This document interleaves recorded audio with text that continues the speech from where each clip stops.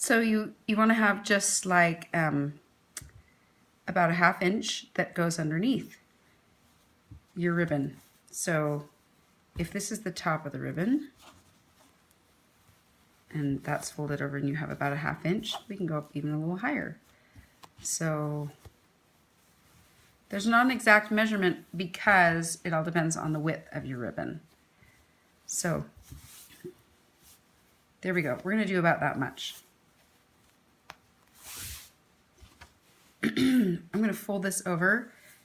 Yesterday when I did this tutorial for the dinner napkins, I mentioned that you could, if you wanted, let's pull that out, you could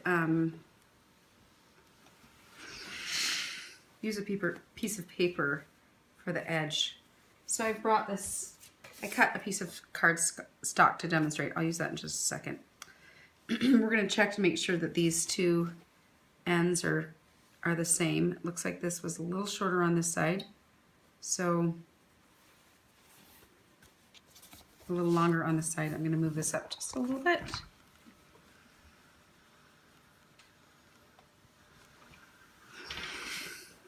Let's see how we did. Yep, close enough, right? Okay, now we're going to fold over the top of this casing. Again, we're going to just check. We don't want this to fold over exactly because then it makes it too tight of a casing and slower to sew. We're going to have just like about, again, 3/8 of an inch folded over. Here's where the paper, the cardstock comes in handy.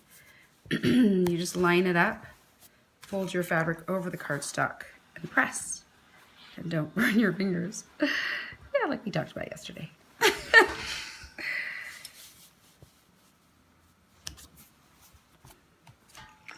Pressing, oops, getting stuck on the board. Pressing that edge over. Okay, that's a little bit smaller. So now I have this part of the casing made. You can see because she folded it over twice, that's gonna have a nice seam when she sews it. Nice smooth edge, huh? Okay, now this is the simplest way that I finish the edge of the bag, so that it's just a little finished edge that makes it just cleaner where the ribbon comes out. Those were some early bags that I made. You want to unfold this casing again. You can leave that top part, that's fine. You're just folding over and kind of like finger press right there, starting about 3/8 of an inch at the top and then ending up with nothing at the bottom, so it's kind of diagonal, right? One fold, two folds, and then you're going to press that. You can see when it's folded back over, we're going to stitch that in a second. That's what it's going to look like. Because you're going to stitch up about 1/2 of an inch in, it's going to end right about there. You'll see when we're sewing it what I mean. We'll flip this over to this side. Again, fold in about 3/8 at the top and then finger press it down so it's like this skinny kind of curved triangle. And then again, and a little whoops, a little heat. Not on the fingers. Thank you. Okay, and then back over. So the first thing we're going to sew after we've pressed this. Wait, hold on. Show them why you did only those two sides, because I did that wrong last time. Oh, so yeah, I remember that. It's great. When you make a mistake or you do something differently, then you just learn. It's all a good experience. So we're going to be stitching around here and around the bottom, and that's going to make the bag. But this will end up here, and that's where the ribbon will come out. Okay, so we're going to go... That's why you want to do the two ends. The two ends. We're going to stitch the two ends right now. Yeah. You can watch. Here we go. And because it's night, I'm going to put on my really awesome granny glasses. My husband's favorite thing. Okay, here we go.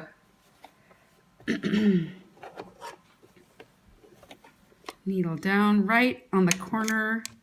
That's my little button that keeps the needle down, but it's not essential. And I have this on 2.5 millimeters, not millimeters, 2.5. What is it? I've forgotten. Whatever, 2.5. No. Oh, brother. Okay, anyway, with a long tail, if it gets stuck, because this is a really small spot, you can pull that through again. 2.5 minutes. Whatever. Girth measurements. Okay, when you get to the end, you can back stitch a little bit. Oops, you don't have to, because that is going to be enclosed. When you have a seam that's enclosed, you don't have to back stitch the top.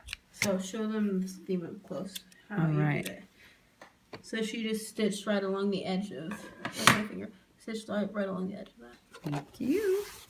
Awesome. Okay, this one we start at the bottom because we're coming from the other side, pulling that thread out. Starting right on the corner, needle down. I like the back stitch just because it's a habit. It's a good habit to have. Means that your seams won't unravel, right? You're stitching them. Everyone loves to not have to go back and fix something afterward. Always trim your threads. So nice to have the garbage right underneath so that... Did I miss one? Oh no, that's just... Okay. Now we're going to put the... we're going to put the ribbon in. We're going to fold it in half so we find where the center is. We're going to line the center up right where that middle crease is. Now, if you are a kind of more beginner seamstress, then I would say you want to pin this before you do this part. I'll show you what I mean. Be sure as you put your ribbon in that you line the top of the ribbon up with the crease of the fold that you've pressed so that you have some space between the bottom of the ribbon and where you're going to stitch, because you don't want to stitch on the ribbon or you won't be able to pull the ribbon through. That won't be so good, right? Okay, so our ribbon is tucked in at the top of the crease, and we're just going to pin with the edge of the pins facing outward so we can pull them out as we stitch. You don't want to run over your pins. If you can help it, always a good idea. It's not very fun to have to change a needle mid-seam, right? We all know about that, don't we? Yeah, we've done that before, lots of times. All right.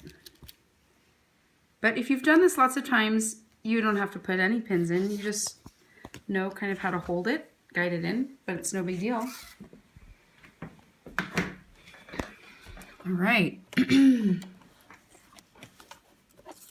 So this is just a little sticky note that I use as a seam guide sometimes. Okay, now the only reason I'm going to start at the edge is that it looks better on the outside. Back stitching a little thin bit.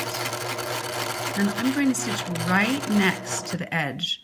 You can go a little bit further in if you prefer, but you don't want to go too far in because you don't want to sew over your ribbon.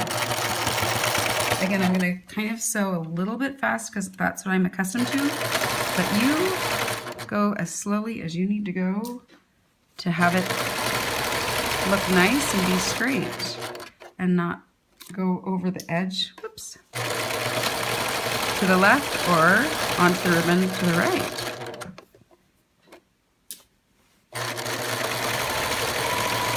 So the nice part about doing it this way with the ribbon inside is you don't have to feed the ribbon through.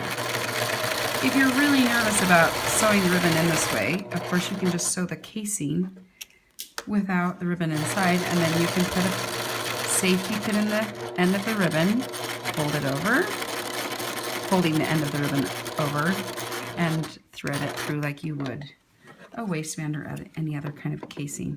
But this just eliminates that step, and it keeps the ribbon nice and smooth.